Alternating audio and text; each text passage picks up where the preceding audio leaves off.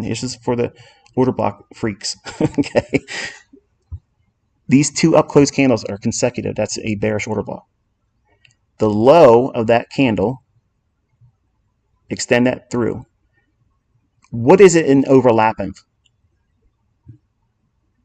Consequent encroachment of that gap, midpoint. It's real close proximity to that. So if we have a coupling or a confluence of these PD arrays, half of this gap, consequent encroachment. I already know some of you are freaking out that are brand new, like, man, this is too complicated. Keep showing up. You'll learn. I promise. It just takes time being exposed to it over and over and over again. You'll see it and you'll pick it up. But that low of those two consecutive up close candles, that is your order block. That's your change in the state of delivery.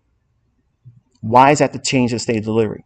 Because it's also in close proximity to the halfway point or consequent encroachment of this inefficiency or sell side imbalance, buy side inefficiency.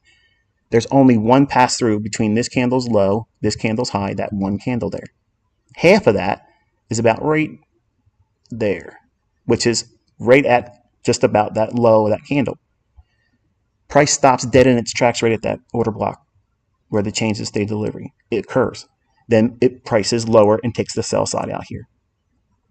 Let's go into a deeper dive with this right there. Just know that these two consecutive up close candles, that's my bearish order block. The change in the state of delivery is at that low. We're going to look at this candle right here closer on a lower time frame. Here's that same price delivery that was on the 15-minute chart, now on a 5-minute chart.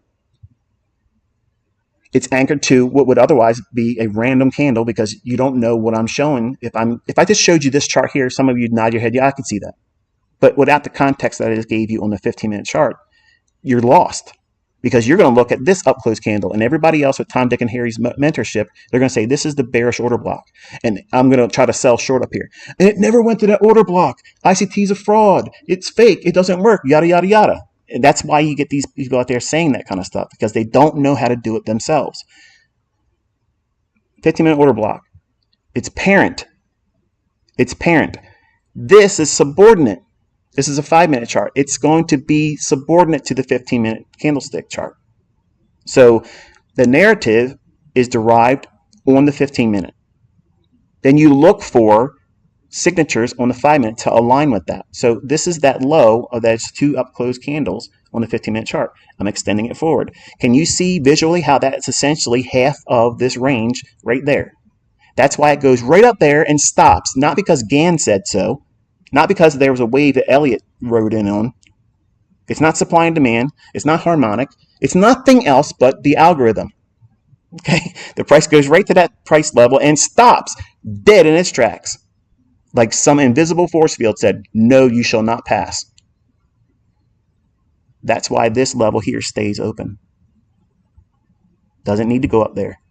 Why? Because the order block is the change in the state of delivery. It stops right there. So that means all this price run up above these buy stops here. It goes above to engage those buy stops, yes. But does it go up to some random level? How do you know how far it's going to go when it's running stops? This. I'm doing this. This is technical science. I'm reading everything in the price action. This movement lower from this high down to that low, that's your price swing. That's your dealing range. And then you have to split that up.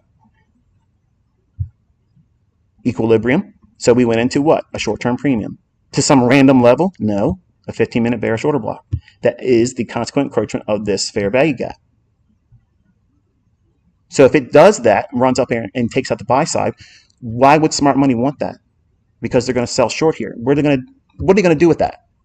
They're going to offset distribute their shorts by accumulating the sell stops below that low. And that's what you have right there. So smart money sells short. All through here, they're selling short. Selling, up to that point, they stop. They can't assume any more because this is where they're being told this is it. That's the threshold.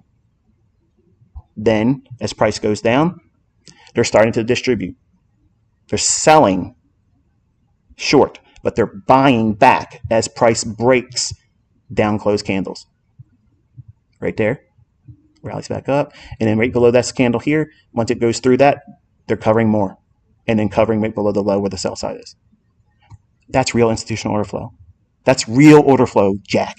Okay? Whether you like it or not, whether